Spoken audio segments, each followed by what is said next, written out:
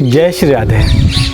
इस समय हम अपनी 84 कोस ब्रज परिक्रमा की यात्रा पर हैं और बरसाना धाम से नंदगांव की ओर जाते समय रास्ते में एक बहुत दिव्य स्थान प्रेम सरोवर मिलता है।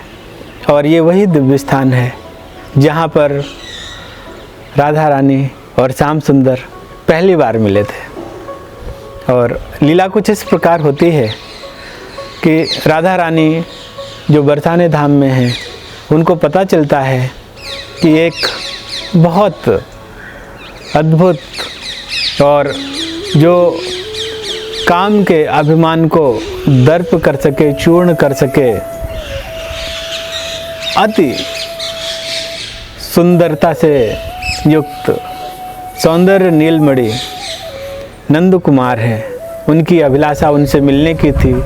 और ऐसे ही नंद तनुज श्री कृष्ण, उनको पता चला कि वृषभानु दुलारी के यहाँ पर, वृषभानु दुलारी यानी वृषभानु जी के यहाँ पर वृषभानु दुलारी जो हैं श्रीमती राधा रानी सौंदर्य की असीम मूर्ति हैं।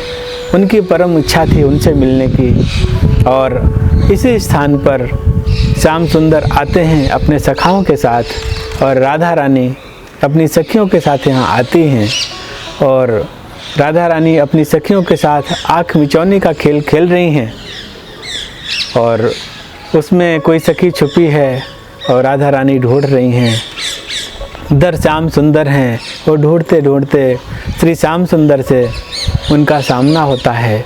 श्री श्याम सुंदर उस सौंदर्य निधि को देख करके अचेत हो जाते हैं, गिर जाते हैं। हाथ से उनकी जो बंसी है वो छूट जाती है। जो सर पे मयूर का पंख धारण किया था वो गिर जाता है।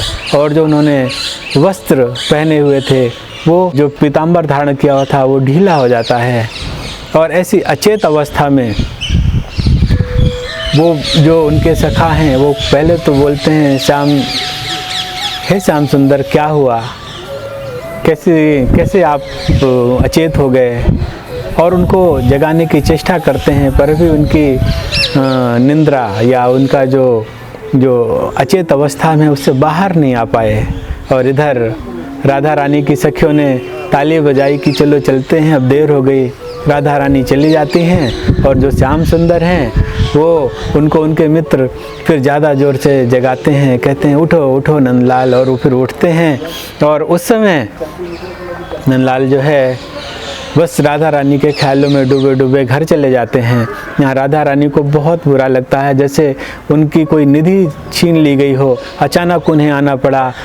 वो कहती हैं, ललिता उनकी उदासी का जब कारण पूछती हैं तो ललिता को बताती हैं कि देखो सखी, जाने एक सौंदर्य नीलमणि मेरे सामने आई और वह अचेत होकर गिर गई। तुमने ताली बजा दी, पता नहीं अभी भी उसकी मूर्छा टूटी होगी कि नहीं।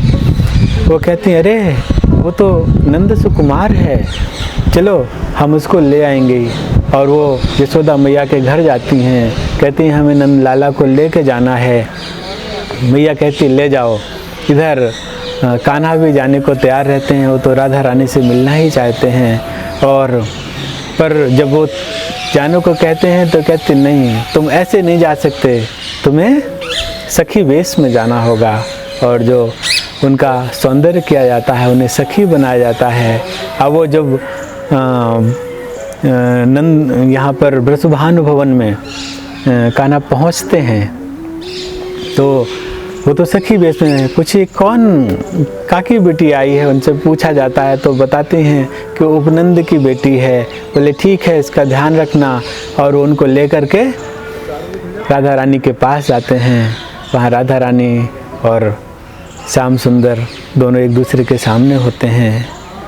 वो उनका जो प्रथम मिलन का जो ये केंद्र बनता है वो यही प्रेम सरोवर बनता है। और ये प्रेम सरोवर और अनेक दिव्य लीलाओं का साक्षी है। ये तो नित्य विहार लीला स्थली है राधा जी और श्याम सुंदर की। और इस पवित्र स्थान पर आना सौभाग्य की बात है। हम यहाँ बैठ करके आपसे यहाँ की लीला का वर्णन कर रहे हैं। और अब आपसे यही निवेदन करेंगे कि अगर आपके पास समय हो तो आप भी यहाँ आएँ और दर्शन करें। और हम अपने नेत्रों से आपको ऐसे ही दर्शन कराते रहेंगे। जय गौ माता, जय गोपाल। प्रेम सरोवर है, राधा कृष्ण का प्रथम मिलन हुआ है यहाँ पे। प्रेम के आंसुओं से बना हुआ है ये प्रेम सरोवर। प्रेम की भरी रहे दिन रैन, जहाँ जहाँ राधा पग धरे कृष्ण धरे दोनों ने। ये राधा रानी का बहुत प्रेम का वो है। यहाँ पे प्रेम नहीं मिला तो कहीं प्रेम नहीं मिलेगा। ये प्रेम सरोवर है, प्रेम सरोवर गाजीपुर।